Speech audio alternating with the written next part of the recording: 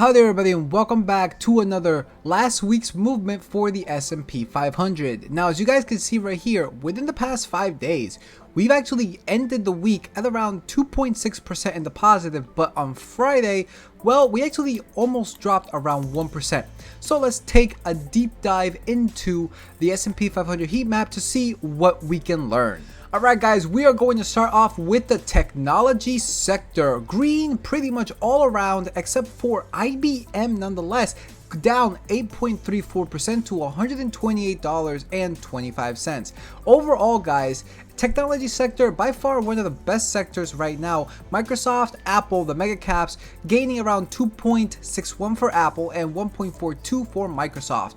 The semiconductors, which I love my semiconductors, unfortunately, and I'm saying unfortunately because, well, I don't want this thing to go up, I want it to go down, essentially gained 9.88% for Nvidia. That's absolutely amazing. And I think the reason for this is because one of the greatest investors of our time, one of the family members, actually bought a ton of Nvidia stock before something happened. Now, who am I talking about? Warren Buffett? Howard Marks? Ray Dalio? No. I'm talking about Nancy Pelosi's husband. Apparently, Nancy Pelosi's husband, guys, bought a bunch of Nvidia stock based off of a bill that was supposed to be for computer chips. So, as you guys can see, well, he was in the right. Essentially, all the semiconductors, guys, went up a significant amount. Nvidia, I believe, being the highest at almost 10%. Overall, when it came to the technology sector, everything was essentially in the green for a couple companies here and there. As I said, IBM for starters, and of course others like Micron Technologies, but overall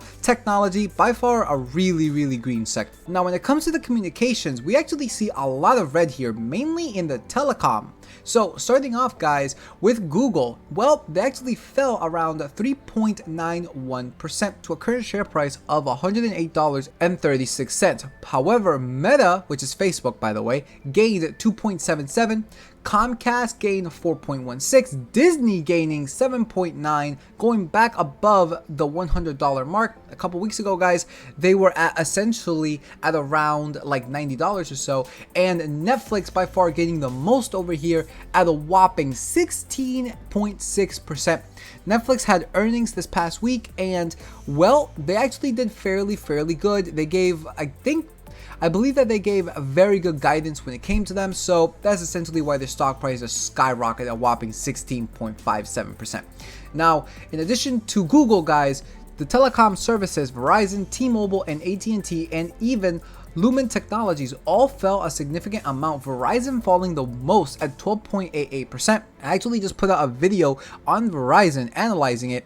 Sorry for the bad quality. I didn't have this sweet mic that I have right now when I did Verizon, but nonetheless, you guys can still watch it. And even at this current share price, guys, I personally still like Verizon as a company. I think that their outlook is really solid, and they also pay out a really good dividend. Make sure to check out that video if you want to see a full analysis on Verizon.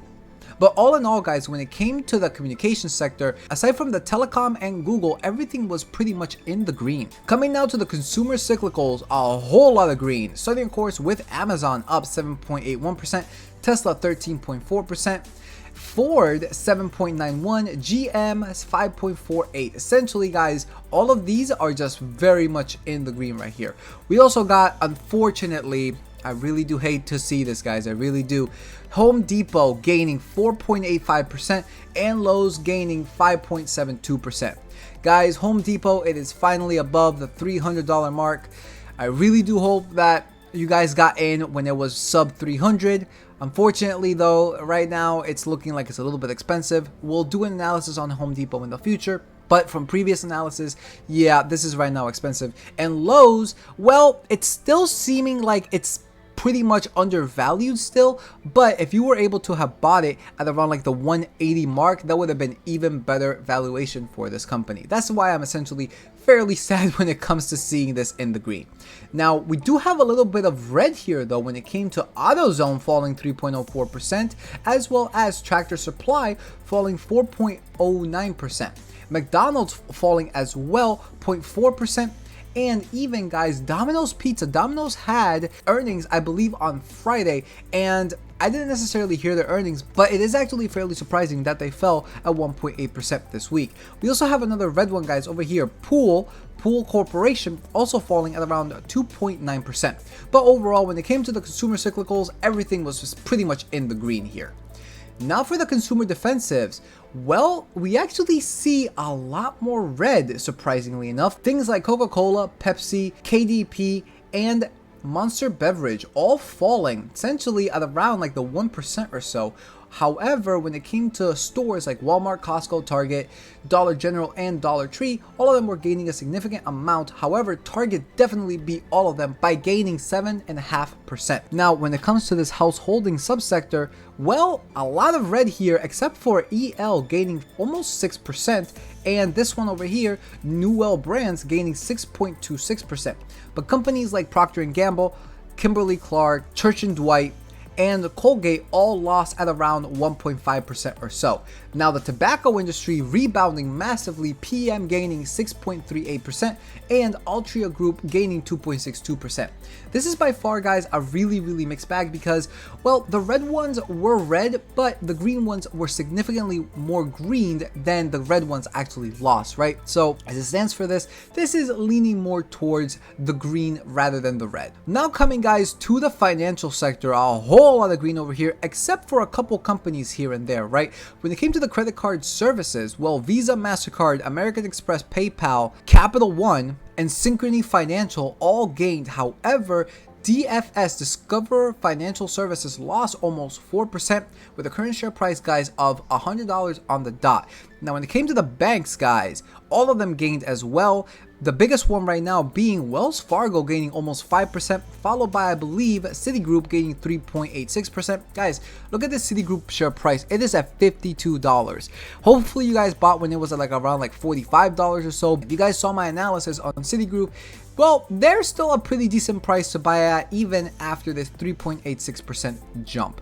Now, when it came to the insurances, everything here was essentially in the green. However, the insurance, property, and casualty subsector, a lot in the red over here. Allstate falling 5.07%, PGR falling 4.21%. So unfortunately, we did see a little bit of red here and there, but overall, the financial sector very heavily in the green. Now, what isn't in the green, though, is this healthcare, more particularly the drug manufacturer subsector. Everything here is essentially in the red. Johnson & Johnson falling 3.43%, Eli Lilly falling 0.86%, Merck falling the worst one at 5.11%, Bristol Myers Squibb falling 3.57%, Gilead falling 2.88%, and AbbVie falling 3.35%. Now, in the healthcare plans, we also saw a little bit of red. However, we also saw some green. CNC up 1.43%, Humana up 0.29%, and MOH up almost 1%, whereas ELV, it fell 6%, CVS falling 1.37%, CI falling 1.79%, UNH falling 1.57%. But overall, this is by far one of the biggest mixed ones. While we do have a lot of red over here when it came to like the big companies, we also have a little bit of green as well over here when it came to other companies that aren't as big as like Johnson & Johnson, right? So I think this one is by far the most 50-50 out of all the sectors seen thus far. Coming to the industrials, everything here, guys, is in the green. Massive jump. However, ironically enough, LMT, Lockheed Martin, down 0.91%, and Northrop Grumman down 2.03%, whereas Raytheon, it gained around 3.27%. Boeing gained 7.05%, which is fairly surprising because Lockheed Martin and Raytheon are essentially like the same thing, right? They do weapons manufacturing for the United States military, so it's fairly surprising that they're essentially opposite of each other. But nonetheless, guys, overall, this industrial sector very much in the green. I believe the highest one that I could see right now would actually be General Electric, maybe, if I'm not mistaken. I believe gaining at 8.5%. Coming now, guys, to the real estate. We also have a lot of green here as well. However, some of them were in the reds. CCI actually being the worst one at 3.1%, but aside from that, everything else here is in the green. Prologis did have earnings this past week, and they gained, guys, on the week 5%. That is absolutely insane. If you guys haven't seen that video, make sure to check it out. Overall, real estate, really solid. Now for the utilities, we actually see a lot of red here, except for NextEra Energy, which, by the way, I just made a video of it, so be on the lookout for the stock analysis for NEE in the next coming days. But nonetheless, NEE, it gained at around 2%, and everything else was pretty much in the red. Duke Energy falling 2.3%, Southern Company falling 0.5%, Zell falling almost 2%, ED falling 1.03%, and WEC falling 2.87%. Essentially, guys, except for Next Era Energy and I believe this one over here, Eversource Energy, everything here was essentially in the red. And now for the best performing sector year to date, and that is the energy sector. A lot of green here, guys. However, we do have a little bit of red when it came to the oil and gas and equipment services subsector. BKR falling almost 9.75%. And Halliburton Company falling 1.44%. And over here, when it came to the refining and marketing, VLO Valero actually falling 0.5%. But the big ones that I'm pretty sure all of you guys want to see, Chevron gained 4.75%, ExxonMobil gained 3%, ConocoPhillips, guys, 6.32%, Occidental, Warren Buffett's favorite, gaining 4% on the dot. Devon Energy Corporation up 4.71%. So aside from just those three ones that I mentioned, everything here is essentially in the green. And lastly, when it came to the basic materials, once again, everything here is in the green except for one, and that was Newmont Corporation falling 6.1%.